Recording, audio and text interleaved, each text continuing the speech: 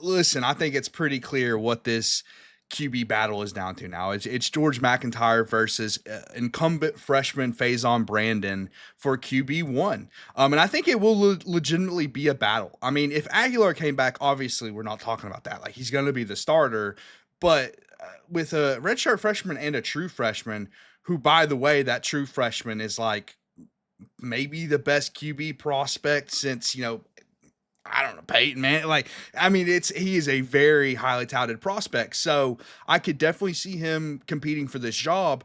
And kind of the elephant in the room between GMac and Faizon, Dakota, which is what a lot of fans will talk about, is the size.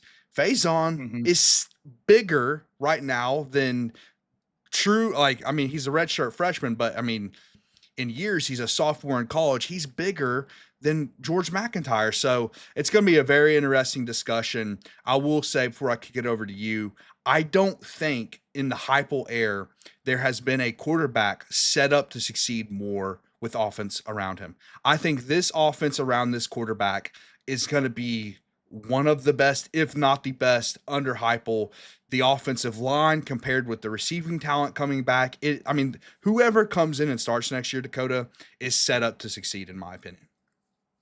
That's honestly a really good point because even in the seasons where we had like a breakout, like Hendon Hooker in 22, like Hyatt, no one thought Hyatt was going to go win the Bolitnikoff.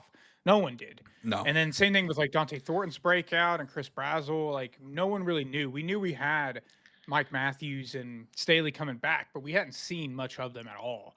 And then Yeah, they hadn't now we broken out know, yet. yeah, no, we know what they are now. So it's a really good point. And yeah, I'm going to be fascinated to see what happens. I think obviously there's not going to be much discussion yet till we get into camp and people start asking Heupel questions and actually get them on the field. But and I don't think this will happen, but I just hope that there's not like going into this just wanting to redshirt phase on.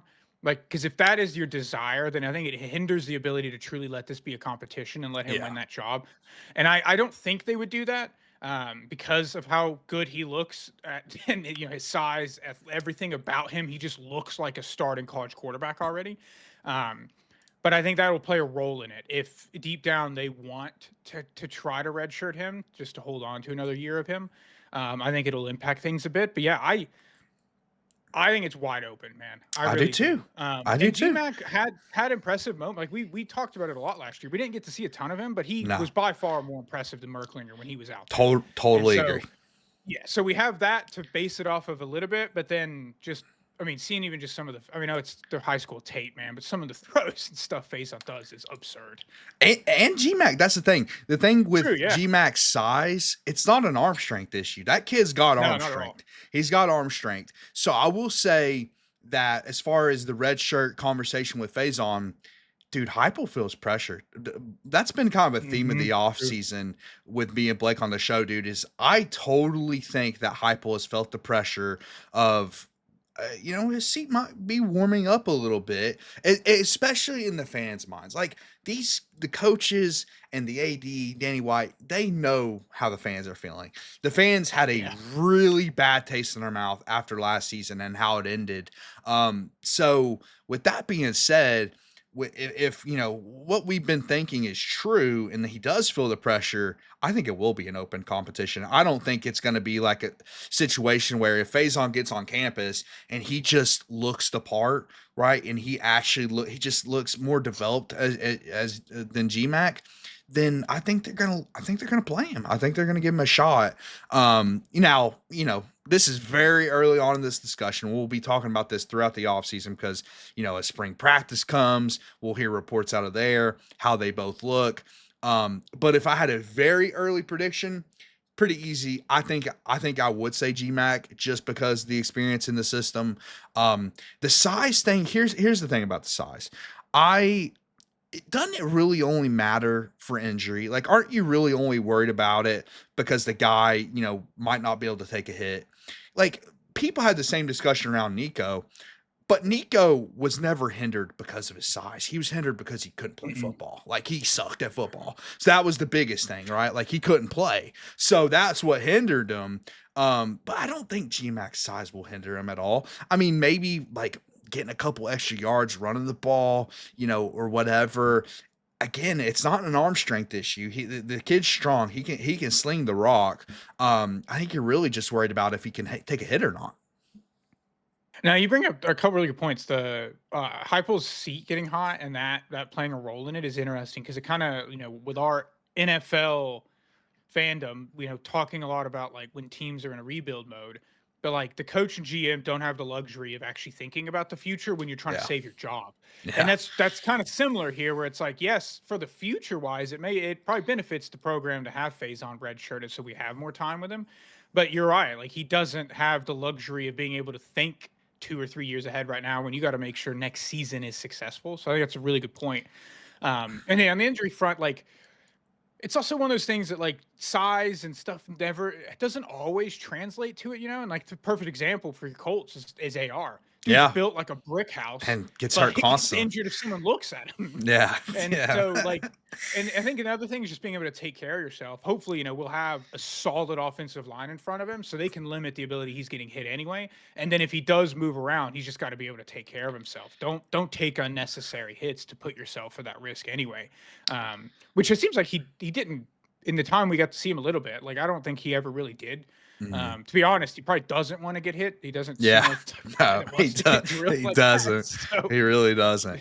yeah, And Pete, man, I don't know if you've been reading it. I see it because people come in on Vol Talk chat and they let us know these things. Apparently, him gaining weight is like a diet issue. Like maybe he has like yeah, a gluten thing, like he's allergic to saw gluten, that. so he can't gain weight. Kind of interesting. Difficult. Because that's tough, man. I mean, because at the end of the day, like if he wants NFL aspirations, he will have to gain weight. But yeah, it's gonna be interesting to see how it plays out, man. If you had to guess who would be the starter, where would you go with it right now? Early prediction. My gut agrees. It's GMac, and I do think it's because of this history we've noticed of time and the system mattering. Because Milton is the perfect example of that. He Mm, was terrible when he got here. Like he was pretty bad his first season, but then when Joe took over, like him as a starter, like he wasn't great by any means, but he was substantially better than he was in that first season as a starter. So I do think you're right. Like in terms of that experience matter in this system, even though people say what they will about it being easy, favorable, whatever, I do think the experience within it helps a ton. And which gives even more credit to Aguilar though, where he came in and was able to run it pretty effectively. But that's different than asking a 18-year-old who's coming out of high school to do that and learn a college system, which is so different than high school. So I think my gut's leaning it'll be GMAC as well. But I think regardless, like I could see either leash being pretty short if we get to yeah. camp and like the competition is close and it's like we're deciding the starter in like late July or August and we're Mm, finding out who our starting quarterback is, then I think yeah. there's a solid chance the other guy is right there waiting. I mean, in fairness, we'll probably hear about it in late July or August, just because I mean Yeah. that's when we heard Aguilar, and they wait Yeah. until the very last minute. And I Especially remember, Heupel. Yeah. yeah, exactly. And we kind of had that discussion last year, like, is Joey's leash going to be short? Now then, Joey came out and like completely balled out, so Completely that was dominated. Yeah. yeah, we never even talked about that again. But yeah, I agree. I do think it'll end up being GMAC. Now, listen, if GMAC doesn't play well. Um, Heupel is going to be under some fire, and the reason I say that is QB development has been spotty. It's been spotty. You can argue now. Listen, I think in fairness, it's a small sample, right? I mean, you only get a couple QBs you can develop, and two, they weren't really Heupel's guys that didn't pan out. Hmm. Like Milton, for example. Milton did get better. He 100% because he, like you said, he was non-functional when he got here, Yeah. but he never really reached the level that we were hoping he did. And then Merklinger, you can argue Merklinger's in that same boat. Merklinger never. Now, again, this was a very small sample as far as how what we saw from Merklinger, but he didn't really seem like he got a whole lot better. And he was here for multiple years.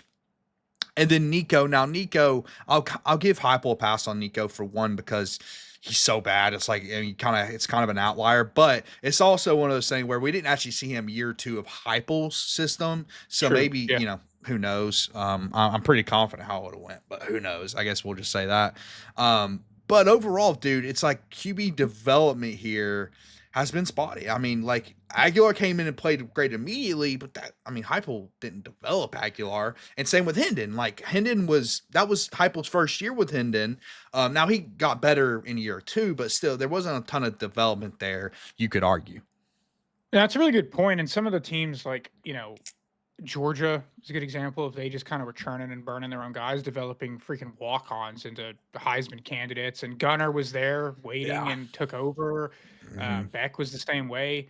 Ohio State got Sayin, but before that, most of their guys were guys that like Shroud and all these guys they were developing. So it's a really good point. Like a lot of the and Alabama is similar too. A lot of the most successful teams were homegrown from their quarterbacks, sitting in Yep. there and then learning the system and getting better. And you're right, we really haven't seen that from somebody that wasn't a transfer that was like an outlier, like Hendon, where he just has this random season of just pure breakout that was probably maybe in hindsight maybe more like attributed to the Heupel offense kind of hitting its peak at that point and like teams not figuring it out quite yet. Not to take anything away from Hendon, but no, there's a little bit of that. There's definitely a little bit of that. I mean, because we saw the adjustments in 23 and 24 that defenses made, and then Heupel made an adjustment in 25. So, right. But yeah, I mean, so it's going to be interesting to see because again, George McIntyre has a year under his belt. We'll see how he looks in development wise. And yeah, it's just something we have to keep a pulse on, man. Cause like these things, I mean, we really don't know yet. We have to see how they look. I mean, George McIntyre probably got very little first team reps like last year ever. And Faizon obviously has had none because he hasn't been on campus yet. So, we'll see what the reports are throughout camp, and we'll kind of keep a pulse on it.